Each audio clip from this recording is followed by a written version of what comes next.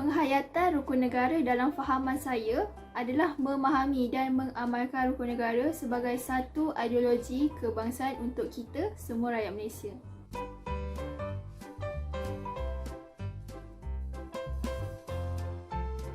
Pada pendapat saya, cabaran tersebut adalah apabila kita hidup dalam pelbagai etnik dan harus sentiasa berusaha dalam mewujudkan perpaduan yang kukuh.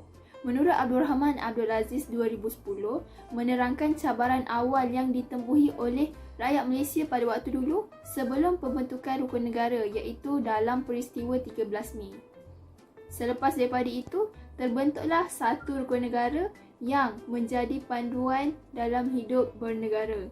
Daripada isu ini, turut menjadi pengajaran buat kita semua sebagai rakyat Malaysia untuk sentiasa berwaspada dalam mengucapkan kata-kata dan menjaga kelakuan supaya tidak menyentuh sensitiviti mana-mana pihak sama ada kaum, agama serta budaya.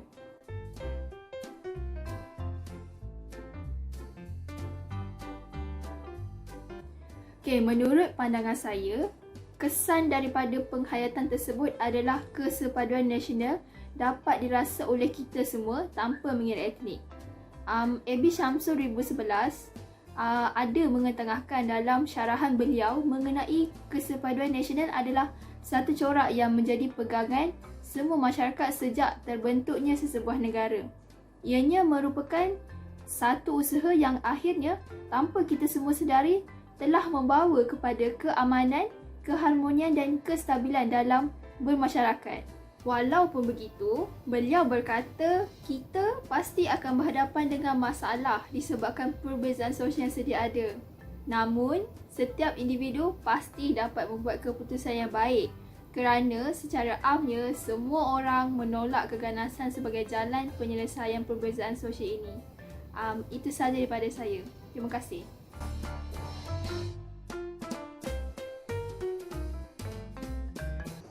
Assalamualaikum dan salam sejahtera.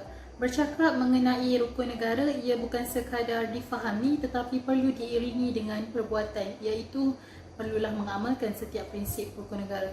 Sebagai contoh, izinkan saya memetik satu prinsip di dalam rukun negara, iaitu kesetiaan kepada raja dan negara. Dalam konteks mengamalkan prinsip kedua ini, rakyat haruslah mencurahkan taat setianya kepada raja sebagai ketua negara, manakala raja atau pemerintah haruslah menyediakan perlindungan kepada negara dan seluruh rakyat jelata. Menjawab kepada persoalan, mengamalkan rukun negara amat penting memandangkan terdapat pelbagai etnik dan latar belakang rakyat di Malaysia. Pertamanya, mengamalkan rukun negara penting untuk mencapai sebuah negara yang bersatu padu. Jika setiap daripada rakyat Malaysia mempunyai matlamat dan melaksanakan setiap prinsip yang termaktub, perpecahan kaum, demonstrasi jalanan dan rusuhan dapat dielakkan, justru mewujudkan negara yang lebih aman. Selain itu, untuk mewujudkan rakyat yang berkeyakinan, mempunyai nilai murni dalam diri, hidup secara demokratik dan hormat-menghormati antara masyarakat berbilang bangsa berasaskan pengamalan prinsip-prinsip rukun negara. Baiklah, secara umumnya, kajian menunjukkan belia pada masa kini semakin memahami tujuan pembentukan rukun negara dan kepentingannya serta membuktikan rukun negara bukanlah sekadar hafalan. Berdasarkan sebuah kajian yang dilaksanakan oleh Rohai Zahtul Amni, Razlan, Sarjid S. Jil dan Ahmad Tarmizi Talib, secara keseluruhannya hasil kajian menunjukkan penghayatan belia terhadap rukun negara berada pada tahap yang sederhana. Sehubungan itu, meningkatkan penghayatan terhadap rukun negara amatlah penting kerana perkara ini adalah melibatkan hubungan antara rakyat Malaysia yang mempunyai kepelbagaian etnik juga. Setiap etnik di Malaysia seharusnya lebih cakna mengambil tahu dan mengamalkan setiap prinsip rukun negara bagi membentuk sebuah negara Malaysia yang aman dan makmur.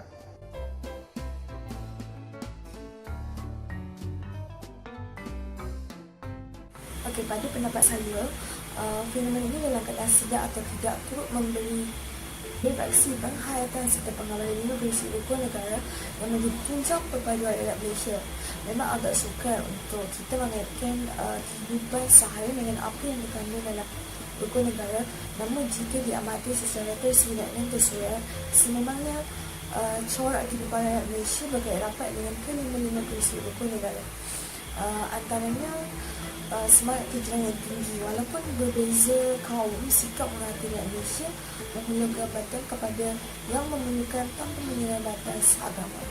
Okey, seterusnya saya mengambil contoh kejayaan Malaysia menangani pandemik COVID-19 jelas menunjukkan kepatuhan rakyat Malaysia terhadap arahan Perintah Kawalan Pergerakan PKP boleh disebabkan sebagai antara pengamalan prinsip rukun negara. Takkan tanpa sedar ini membuktikan masyarakat Malaysia sebenarnya mempunyai tahap disiplin yang tinggi. Rata-rata rakyat Malaysia tanpa mengira latar belakang dan keturunan telah saling menerima, mengiktiraf perbezaan dan berlapang dada untuk berkongsi secara bersama. Meskipun perpaduan yang utuh belum dicapai, namun kita hidup dalam keadaan tenteram dan bebas ke mana-mana tanpa rasa bimbang ancaman daripada mana-mana pihak.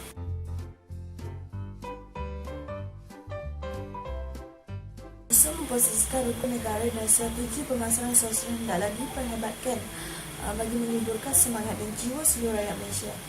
Pendekatan berterusan yang melibatkan pendidikan di peringkat prasekolah sehingga ke pusat pengayaan tinggi perlu lebih tersusun dan meliputi aspek falsafah dan prinsip rukun negara. Dalam apa juga keadaan sekalipun, masyarakat dituntut agar sentiasa patuh dan berpegang kepada prinsip-prinsip yang terkandung dalam rukun negara. Kesimpulannya, penghayatan bukan sekadar dalam pemikiran tetapi menjadi sebati dengan tingkah laku, amalan dan cara hidup kita.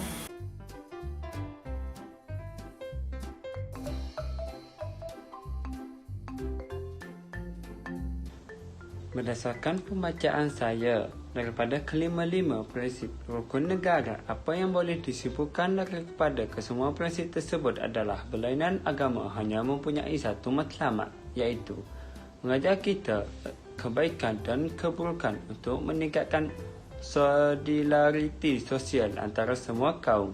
Selain itu, dapat menyemai semangat patriotisme walaupun berlainan keturunan dari kecil lagi.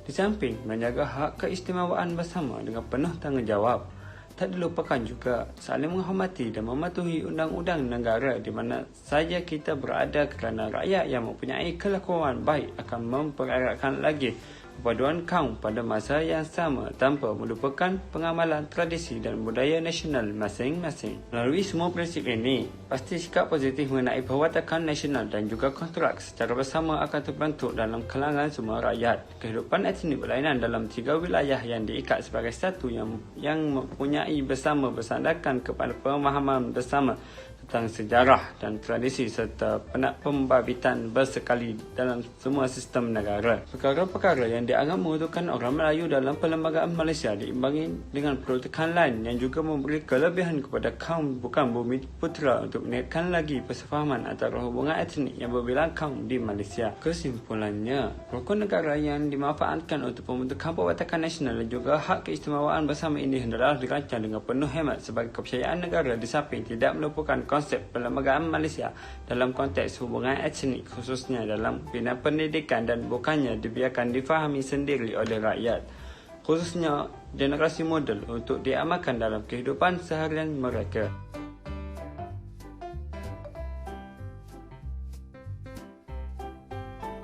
Media sosial kini telah digunakan secara meluas, tidak mengira umur dalam kalangan masyarakat. Namun pun begitu, segelintir masyarakat kita telah menyalahgunakan media sosial bagi medan untuk mereka mengkritik orang-orang tertentu, terutamanya orang-orang kenamaan, dan mereka telah menyalahgunakan terma kebebasan bersuara. Ini amat memberi impak bagi kita menghayati rukun negara kerana ini telah melanggar prinsip kesopanan dan kesusilaan.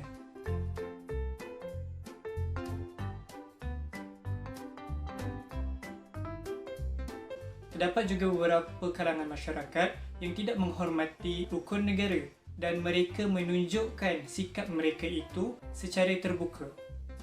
Seperti dapat kita lihat, terdapat kes di mana rakyat Malaysia, warga negara Malaysia, mereka sengaja memasang bendera Malaysia dengan keadaan terbalik.